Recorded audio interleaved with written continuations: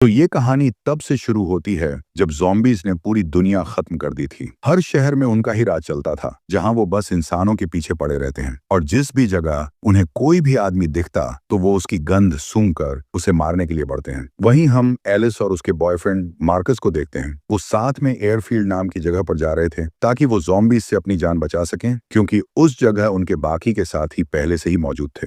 तो वहां जाकर सारे लोग आसानी से एक सुरक्षित जगह जा सकते थे। लेकिन रास्ते के दौरान एलिस को बीच सफर में ही अजीब सा होने लगा। उसकी काफी तेजी से तबीयत खराब हो रही थी और वो बस अपने बेटे टॉम के बारे में सोचती रहती है, जिससे हमें एक चीज के बारे में पता चलता है कि एलिस एक शादीशुदा औरत है, मगर अब वो अपने पति के साथ नहीं रहती, बल्कि उसने मार्कस के साथ रहना शुरू कर दिया था और दोनों एक दूसरे से बहुत प्यार करते थे। मार्कस उसकी तबीयत को देखते हुए कुछ समय के लिए गाड़ी एक जगह पार्क कर देता है, जहां एलिस गाड़ी से निकलकर थोड़ी ताजा हवा खाती है और उसे काफी अच्छा महसूस हुआ। लेकिन परेशानी तो अब बढ़ने वाली थी। जैसे ही वो अपने सफर को कंटिन्यू करने लगे तो अचानक उनकी गाड़ी का पिछला टायर एक गड्ढे में फंस जाता है, जिसके कारण वो अपनी गाड़ी को आगे नहीं बढ़ा पाते और वहीं फंसे रह जाते हैं। मार्कस वहां से निकलने के लिए सारी कोशिश करता है ताकि कैसे न कैसे वो टायर को गड्ढे से बाहर निकाल ले, लेकिन इसका कोई भी फायदा नहीं हुआ। लाख कोशिश करने के बावजूद भी वो उस सुनसान से रेगिस्तान में फंसे रहते हैं। तभी अचानक एलिस की नजर दूर एक ज़ॉम्बी पे गई जो उनकी ही तरफ बढ़ रहा था। ये देखकर दोनों काफी डर गए, इसलिए मार्कस जल्दी से अपनी गन निकालकर उस ज़ॉम्बी की तरफ फायरिंग करता है,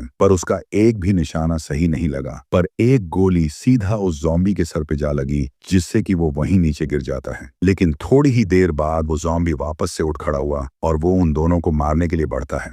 घबराते हुए एलिस और मार्कस के पास बचने का कोई भी ऑप्शन नहीं बचता, तो वो वापस से गाड़ी में आके बैठ जाते हैं और दरवाजों और खिड़कियों को लॉक करके उस ज़ॉम्बी के जाने का इंतजार करने लगे। लेकिन सुबह से शाम हो जाती है, मगर वो ज़ॉम्बी वहां से जाने का नाम नहीं लेता। एलिस काफी डर गई थी और वो यही कहती रहती है कि मुझे इतनी जल्दी नहीं मरना है। तो ये सुनकर मार्कस उसे हिम्मत देता है कि जब ये ज़ॉम्बी यहाँ से चला जाएगा तो हम सबसे पहले अपना मोबाइल ढूंढेंगे, जो कि जल्दबाजी में गाड़ी के बाहर रह गया था। और यहाँ पे उनकी किस्मत बहुत ही खराब होती है।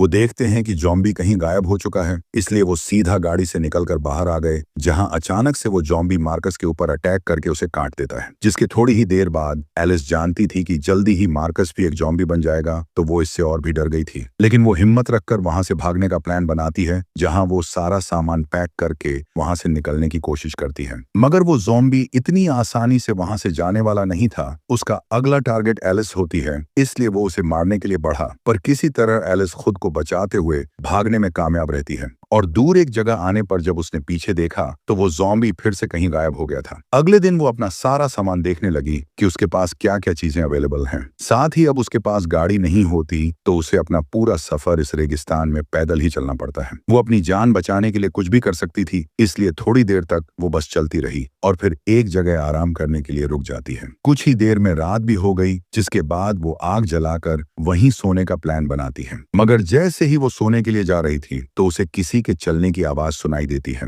और तभी वही ज़ॉम्बी उसे मारने के लिए बढ़ रहा था, जिसने कि मार्कस की जान ली थी। एलिस बचते बचाते दौड़ते हुए आगे बढ़ती है, जहां वो एक पहाड़ी की चोटी पे चली आई ताकि वो ज़ॉम्बी उसका पीछा ना करे। अगले दिन जब उसकी आंखें खुली तो वो देखती है कि वो जिंदा है और वो ज़ॉम्बी जस्ट उसके बगल में था। मगर यहाँ पे एक बात उसे पता चलती है कि ज़ॉम्बीज ऊंचाई वाली जगह पर नहीं चढ़ सकते, जिससे कि उसे बचने का एक रास्ता पता चल गया था। लेकिन अब उसे अपने सफर में आगे बढ़ना था, तो वो वहीं उस जगह नहीं रुक सकती थी, इसीलिए वो आगे जाने का फैसला करती है, जहां वो जल्दी से उस पहाड़ की चोटी से निकलकर आगे की तरफ भागने लगी। और फिर से ज़ॉम्बी उसका पीछा नहीं छोड़ता, वो बार बार उसके पीछे ही आए जा रहा था। पर एलिस की रफ्तार काफी तेज होती है, जिससे कि वो आसानी से उस ज़ॉम्बी को वापस से पीछे छोड़ देती है। बहुत दूर सफर करने के बाद उसे थकान महसूस हुई, लेकिन वो हार नहीं मानती और बस कड़ी धूप में चलती रहती है। जिसके थोड़ी देर बाद उसे एक टूटा हुआ घर दिखाई दिया और उसे लगता है कि यहाँ उसे कुछ काम का सामान मिल सकता है, जिससे कि उसे एयरफील्ड जाने में और भी आसानी हो जाए। मगर उसकी किस्मत कुछ अच्छी नहीं होती।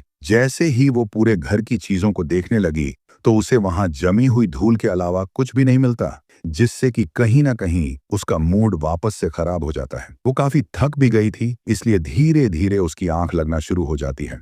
लेकिन एक आवाज के कारण उसकी पूरी नींद खुल गई, जहां वो देखती है कि वो ज़ॉम्बी उसका पीछा करता हुआ यहाँ तक आ गया है और वो किसी भी हाल में उसे नहीं छोड़ने वाला है। तो एलिस डर के मारे वहीं एक छोटे से रूम में छुप गई ताकि वो किसी तरह अपनी जान बचा सके। लेकिन काफी देर तक ज़ॉम्बी उस घर में एक रूम से दूसरे रूम में घूमने लगा, पर वो उस छोटे से रूम में नहीं आया जिसमें कि एलिस छुपी हुई थी। और एक बार यहाँ पे एलिस अपनी जान बचाने में कामयाब रहती है। थोड़ी देर बाद वो जल्दी से भागकर आगे की तरफ बढ़ती है, जहां उसे भूख और प्यास लगे जा रही थी। और एक समय आने पर उसे एहसास हुआ कि उसका सारा खाना और पानी खत्म होने वाला है। इसलिए वो कम से कम पानी पीती है ताकि आगे जाके उसके लिए कोई प्रॉब्लम ना आए। उसकी हालत उस रेगिस्तान में खराब होती जा रही थी, लेकिन इस समय उसके पास कोई भी रास्ता नहीं था जिससे कि वो बच सके। तभी अचानक उसे फिर से वो ज़ॉम्बी दिखाई दिया, जिसके कारण वो डर के मारे भागने की कोशिश करती है।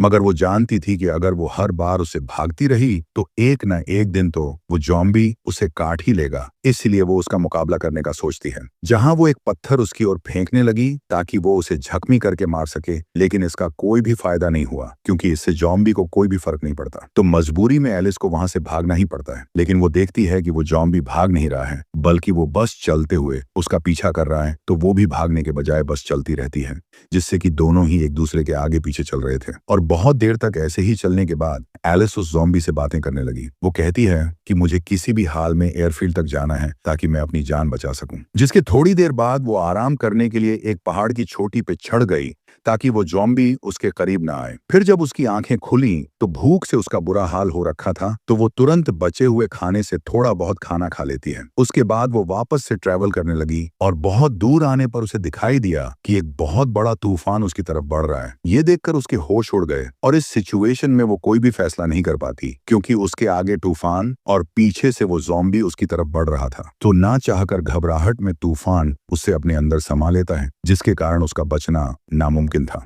वो अपनी आंखें बंद कर देती है, मगर तभी उसे एहसास हुआ कि ज़ॉम्बी ने उसका पैर पकड़ लिया है। लेकिन किसी तरह वो बचते बचाते तूफान के अंदर भी भागने की कोशिश करने लगी। फिर कुछ देर बाद हम देखते हैं कि पूरा तूफान थम गया है और एलिस भी जिंदा होती है। वो अपनी तरफ एक गाड़ी को जाते हुए देख अंदर से खुश होने लगी, इसलिए वो चिल्लाते हुए उस गाड़ी की तरफ मदद के लिए इशारा करती है।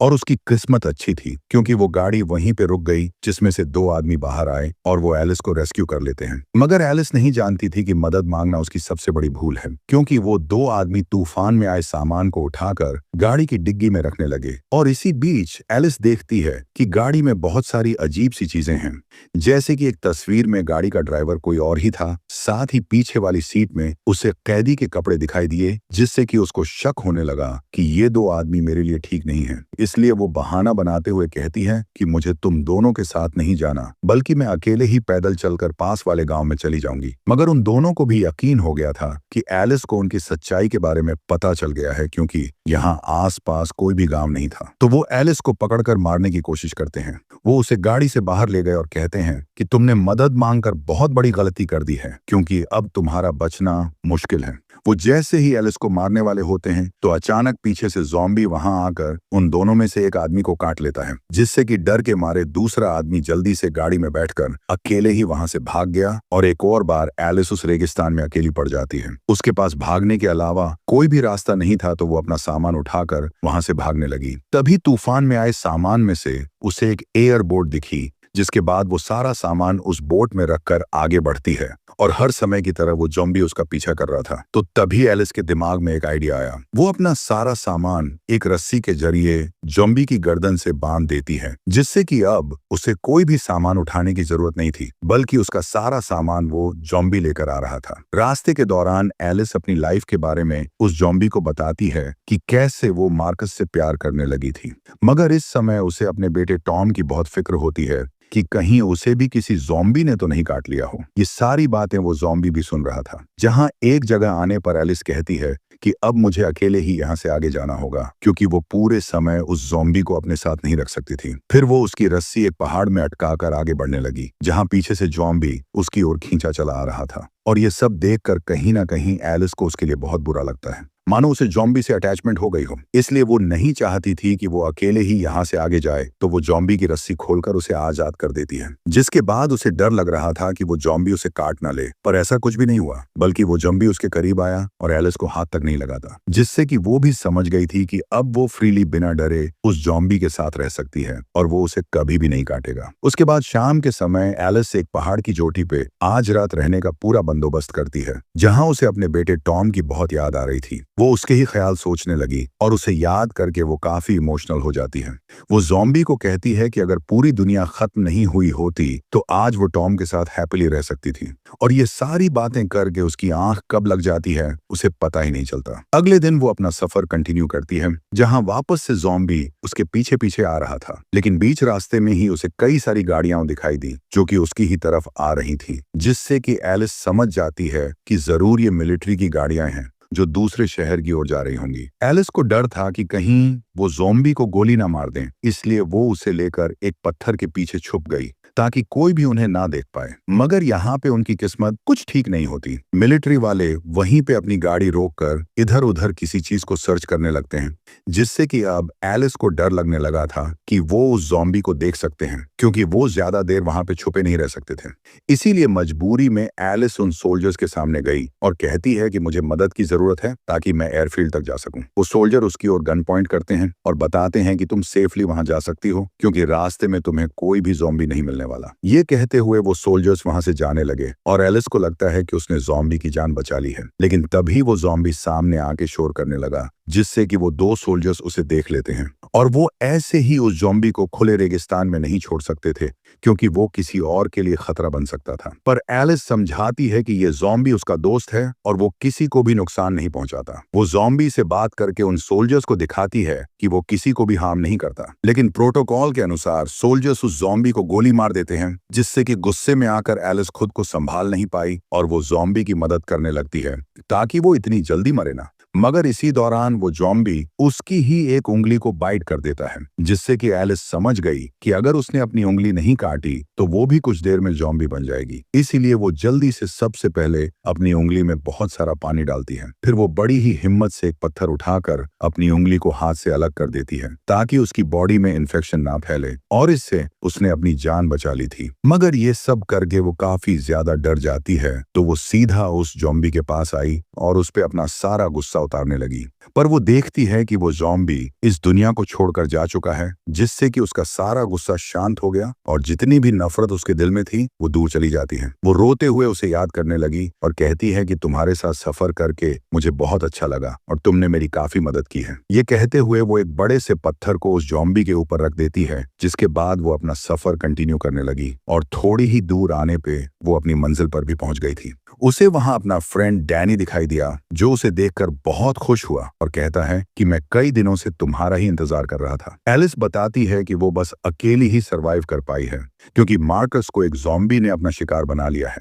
डैनी को ये सुनकर थोड़ा बुरा तो लगा, पर इस हालत में वो दोनों कुछ भी नहीं कर सकते थे। आगे डैनी बताता है कि मैं भी यहाँ अकेला बचा हूँ और बाकी के सारे लोग ज़ॉम्बी से संक्रमित हो चुके हैं, तो मैंने किसी तरह उन सारे ज़ॉम्बीज को एक बेसमेंट में बंद कर दिया है ताकि वो मुझे काट ना लें। फिर वो यहाँ से निकलने की प्लानिंग करते हैं, जहाँ उनके पास एक प्लेन होता है और उन्होंने फैसला कर लिया था कि वो दुनिया में ऐसे शहर को ढूंढेंगे जहाँ लोगों की आबादी अभी भी जिंदा हो। मगर एलिस चाहती थी कि वो अपने बेटे टॉम को साथ ले जाए, इसीलिए वो एक गाड़ी से उसके घर जाने का सोचती है ताकि वो उसे रेस्क्यू करके बचा सके। पर गाड़ी की सारी चाबियां बेसमेंट में बंद किसी एक ज़ॉम्बी के पास थीं। एलिस जल्दी से अपने बेटे टॉम के घर में कॉल करती है, जहां उसे पता चला कि वो अभी भी जिंदा है, लेकिन ज्यादा समय तक वो बिना खाए पिए नहीं रह सकता था।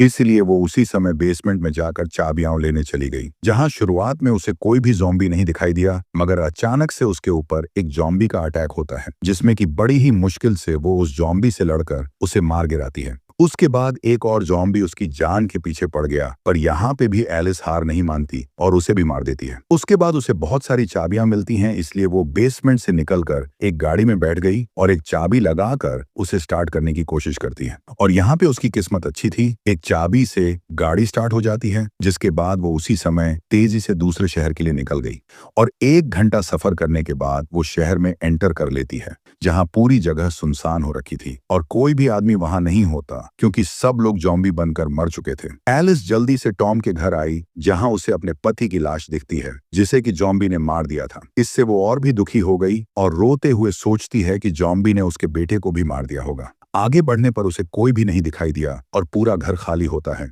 जिससे कि वो समझ गई कि यहाँ उसे टॉम नहीं मिलने वाला है। पर तभी बाहर किसी की आवाज आती है, जिसके बाद एलिस जब बाहर आई तो एक टेंट के नीचे उसे टॉम दिखाई दिया जो कि काफी दिनों से डरा हुआ था। एलिस जल्दी से उसे गले से लगाती है और कहती है कि अब तुम्हें घबराने की जरूरत नहीं, मैं तुम्हें यहाँ से सुरक्षित बाहर ले जाऊंगी। इसके बाद दोनों माँ बेटे वहां से जाने लगे, मगर अचानक एक दरवाजे के पीछे से बहुत सारे ज़ॉम्बीज उनको मारने के लिए बढ़ने लगे और ये देखकर एलिस अकेले ही उनसे लड़ने को तैयार थी।